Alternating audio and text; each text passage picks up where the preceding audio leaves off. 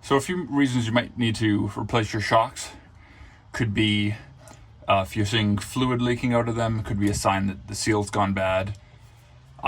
If your car just seems like you go over bumps and it kind of hops up and down, kind of like you hit a bump and the car just goes like this for a while. If you go to brake and the car drops forward at the front of the car a lot, and shocks can actually have a huge impact on how the car rides. It can help with braking.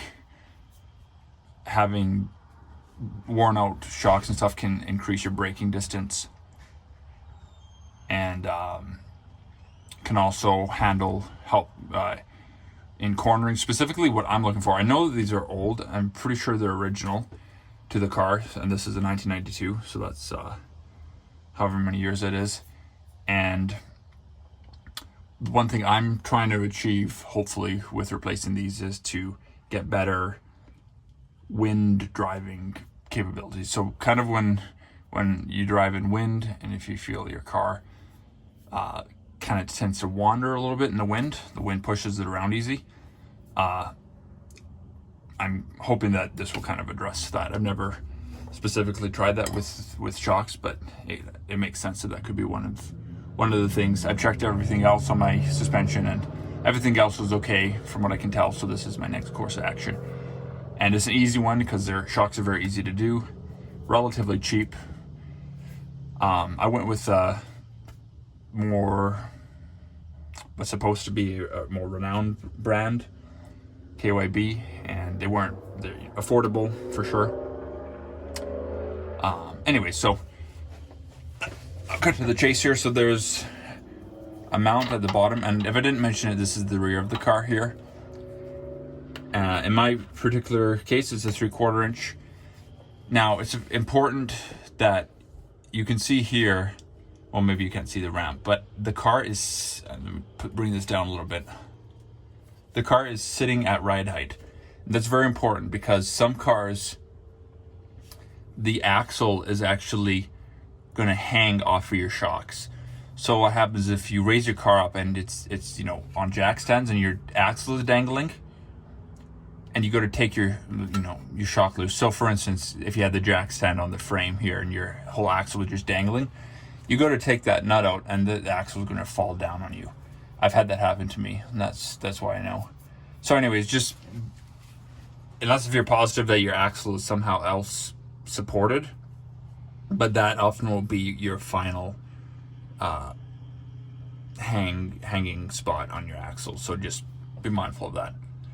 And it's probably typically better to install this at ride height anyways. So if you're jacking it up, either use ramps, drive onto ramps, or put your jack stands on the axle so the weight of the vehicle is there. And then up here, it's kind of hard to see, but you'll be able to feel up under the axle or the coil spring perch. You'll be able to get your hand up in there, and there's the top nut. So I still haven't checked out what size mine is yet. I'm hoping it's 9/16 because I have one of these. But if you have one of these ratcheting box wrenches, those are awesome for getting those top nuts, because it can sometimes be a little bit hard to get off. All right, so got my wrench up there, but it's really hard to get a additional wrench that you need to keep the center from spinning. This car is actually worse than I thought it was going to be as far as getting up there. It's very tight. So what I did is I cut the cover off the original shock. Now these, I guess you technically could pop this off possibly and put it onto the new one if it doesn't come with the dust shield. I can still use this. I would just have to put it on and put some tape around it to seal it up. a lot of shocks come with that. Anyways, the new ones I don't think came with a shield, but I just could not get another wrench up there. Maybe if you had a really long 1/4 inch or whatever it is to hold the top, which I'll show you in a second, but I don't have that, and I couldn't get anything in. So anyways, what I'm gonna do is pop a pair of channel locks onto the rod here, and these are toasts anyway, so it's okay to do this. You definitely don't want to do this on the new shocks. Okay, let's try that. The bottom's easy. There we go. Part of it is I don't have long enough wrenches.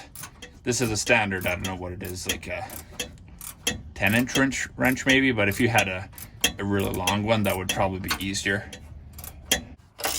So there's a nut, a thin nut here to hold, to run this off.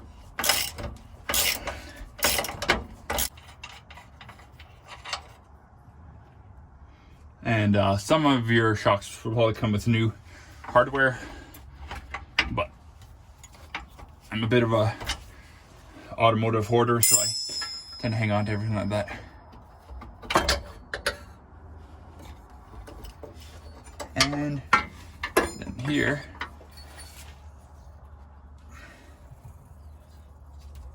so this is the top bushing here. So it would be smart if they had put like a holding point here, but they didn't.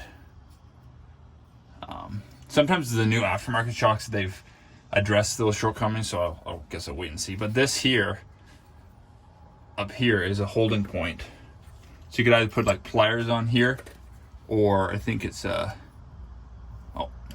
think it's a 1/4 inch. I grabbed the wrong wrench. But anyways, it's so tight up there, I couldn't even get my hand in there to put another wrench on. So, and these don't need to be tight. It just needs to come down to compress the rubber just a bit. And I don't know if these are bad. They're definitely not stuck, but they probably are a little tired. And because when my suspension would bottom out a lot if I had like the back seat full with people and go over a bump, my suspension would bottom out pretty hard. So, but a sign is if they're shot, a good way to tell that is if you push it in and it gets like stuck. But these ones actually don't seem that bad. But it's the kind of thing like, oh, it's a bit stuck. Anyways, I'll grab the new one. So this is something I've never seen before, but they actually send with these shocks a disposal instructions. So I thought that was kind of interesting, but basically, essentially what you do is you just drill a hole to let the gas and the fluid out. I think the danger is sometimes if these get shipped to like a recycling place or whatever, they can explode. But that's a first for me, as far as like giving people instructions on how to deal with them. So these ones do actually come with a built-in cover, which should be attached to the shaft, I think. So when loosening it, I should be able to hold it here to hopefully get that top nut off, whereas this just was spinning. So then it comes with the new hardware. I've heard more than once, like there's like methods for pumping these up in a way to try to get like a different ride height or blah, blah, blah. To me, that kind of seems like nonsense. Like that just, for that to happen, there'd have to be a leak on the seal or something. So I don't know. There's some of that almost seems like a little bit of an old wives' tale. So I can first start by cutting and right away I can tell that just, oh, that's way stiffer, like 100 times stiffer than the original shock. So that should make a big improvement.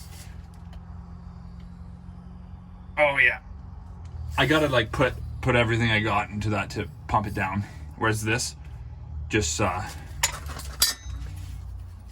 goes in like super easy, so that'll definitely make. And these, I don't think I mentioned, but these ones that I got are supposed to be a slight bit of ride improvement from stock. So at any rate though, I'll get these put in. I think we're just going to put them in the way they are. I pumped it down part of the way. I'm not hearing any bubbles escape or anything, so I'm just going to put them in. I've heard some people make a lot of weird claims that just don't seem to make physical sense. And then I always like to compare what came off. Now, mind you, not all shocks are going to have the same mounting system, which this one does not. But anyways, this is going to be apparently quite a bit different than the original one. So I'm going to mess around with this a little bit. And I have a video up from an older video of me doing the front shocks on this car if you're interested. But on that one, I think I ended up reusing the old hardware because it just seemed better. So I'm gonna mess around with this. But generally, if it's like too far off of what the original one is, I might just put the old stuff back on, because it's possible that they have just kind of like a universal bushing set that they send with it. Because I'm looking right now, and that hole up there on the frame is too large for these. Almost like it almost seems like it could slip through. So I'm tempted to take these ones off and use them on the, and reuse these bushings.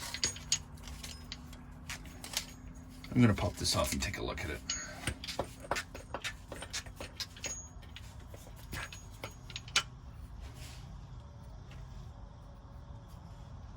So that looks like that with it off. I'm really tempted to reuse these old bushings here. They are in fact fantastic shape. And you see that, like, look how bulky that is versus these are those guys, and this is like so close to fitting through the frame. So either they sent me the wrong shocks.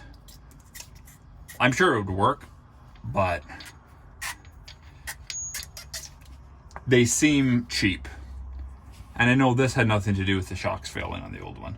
So I think I'm going to reuse the old mounts. Here, because it looks fine, they're not dry cracked. So what I'm going to do is just sneak it through the frame, and I might have to compress it a little bit. So just make sure you pay attention to the order it came out. Don't forget any of your bushings. So I got that through. Then I'm going to put my cap one on, and once I have that on, I should be able to, yeah, that one, the old ones are just so much better. So I'm gonna reuse the old ones.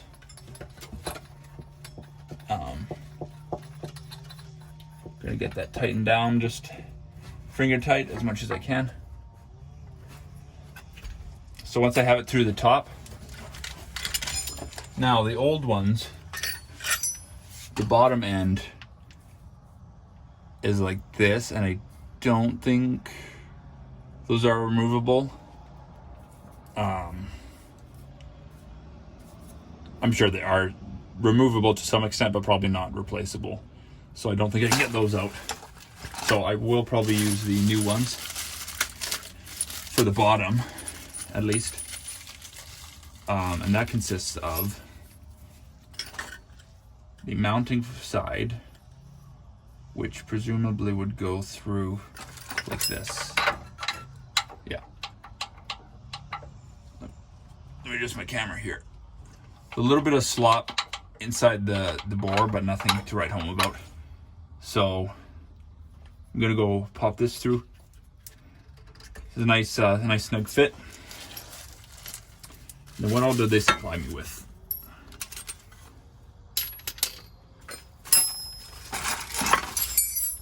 Unless I'm missing something. They gave me 2 nuts. 2 lock washers, and I'm only seeing 1 large washer. But that's fine because I only need 1 for back here to go against the rubber spot. So I'll put that here, presumably put this on, and put my nut on. And there's a large kind of nut surface here to grab to get that tightened on with. So this should all be good to go. So now what I'm going to do is get an arm on here, and it can be a bit hard sometimes to get that through. Get it up. If you need a second hand, you might need to get some help. There, and that's then about all the way. So I'm going to go ahead and get this bottom one tightened up.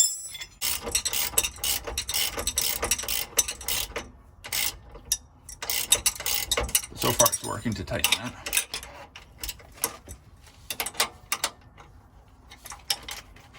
So what I'm actually going to do is back this nut off here enough so I can fit my adjustable in here. I'm going to tighten this guy up first. And they just need to go snug because you're fighting against the rubber, so it doesn't need to be insanely tight. And then I'm gonna tighten this guy here.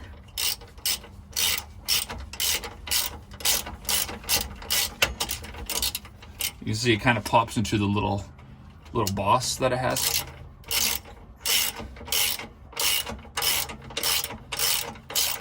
And I'm sure there's a torque spec for this. I'm just going to kind of go with what feels good to me. All right, so the bottom's in.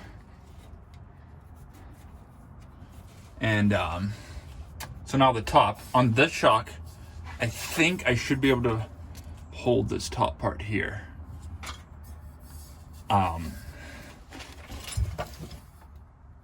Because it feels like, I believe that this is connected with the nut or with the shaft, but I'm not 100% sure on that. If that doesn't work, I have no choice but to somehow figure out how to get a 1/4-inch wrench on the top of the shock, but I'm going to try without that. And again, these top ones, all you need to do is basically you need to take out any slack between the 2 rubber bushings, and then just a little bit more. You don't need to mushroom them.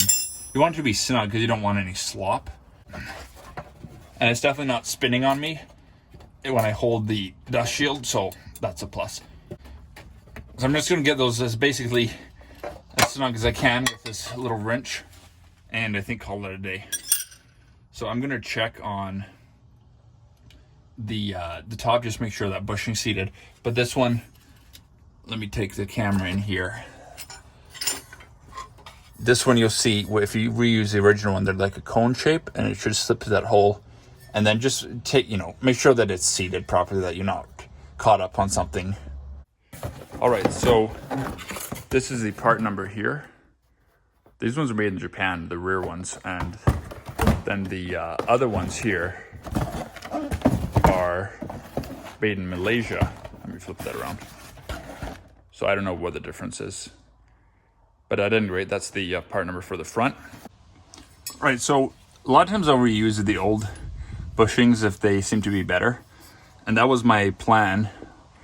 So I put them through and they would work probably better. The system's a little better than the aftermarket one is, because you can see here, they actually join together and they envelop and really squish in the hole. Problem being, and I'm going to hang on to these for the future. But anyways, problem being is that the thread on these is different. So I went to put this on and it just wouldn't back down. I was like, what's going on? And hopefully I haven't wrecked the thread on the other one. But anyways, I'm doing the driver's side, or the passenger side now. And I'm recording this after the fact because I figured this out. But anyways, this is a different thread than these shocks. So unfortunately that will not work. Side note too is the passenger side is more difficult to get to with the exhaust there and stuff. But anyways, you want to put one of the rings on like this, beveled side up. Then you want to put this up. There's two ways. There's a small one and a large one. You want to put the large one up so it sits into the hole on the mounting frame. So it goes like this. This will pop through. They have instructions that'll kind of show you. And then they have this, and both large sides will go together. Squeeze over the frame, and the frame mount will be here. And then you'll put another one of the washers on, and then you'll put a nut. Now they send two nuts, a small one and a large one. And I think that's because they want you to do a double nut. So you probably put the large one on and then put like a lock nut. I don't know why. I don't think it really needs it, but that's the only thing I can think of. All right, so I'm just getting back from test driving. Definitely made a big improvement on the back with just stiffening things up. I noticed it right off the bat, going over some bumps. And so yeah, I think they definitely needed to be done. I looked up in the Haynes manual about the priming thing, and it does talk about that. I thought it did, but I wasn't sure. The way they tell you to do it is to, I guess cut the strap with it vertically the way it would go in the car, let it fully extend, then to flip it, prime it, or completely compress it at least 3 times, they say, and then let it expand and so on, and do that 3 or 4 times, whatever. The wording that they use, they talk about like getting the air out of the shock, but that is incorrect terminology because you're not getting any air out. If anything's coming in or out of your shock, it's leaking. But in reality, I did some more research, and apparently the reason that they recommend priming your shock is because if they're stored, especially I assume for like a long time on their side, they say that the oil and the gas it's supposed to be evenly mixed, but the gas can kind of congregate to one side or whatever. So then when you first put it on, it won't function properly. From the sounds of it, that's only right at first until the gas redistributes itself, basically.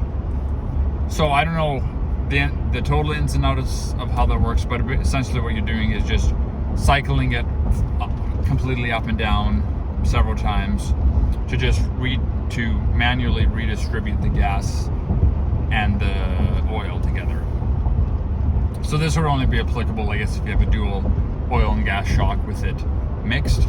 My understanding with the gas shocks and different kinds of shocks is there's different configurations that they may not be mixed. I don't know like the terminology, but you hear the term gas shock and oil shock, and then it's like a dual shock.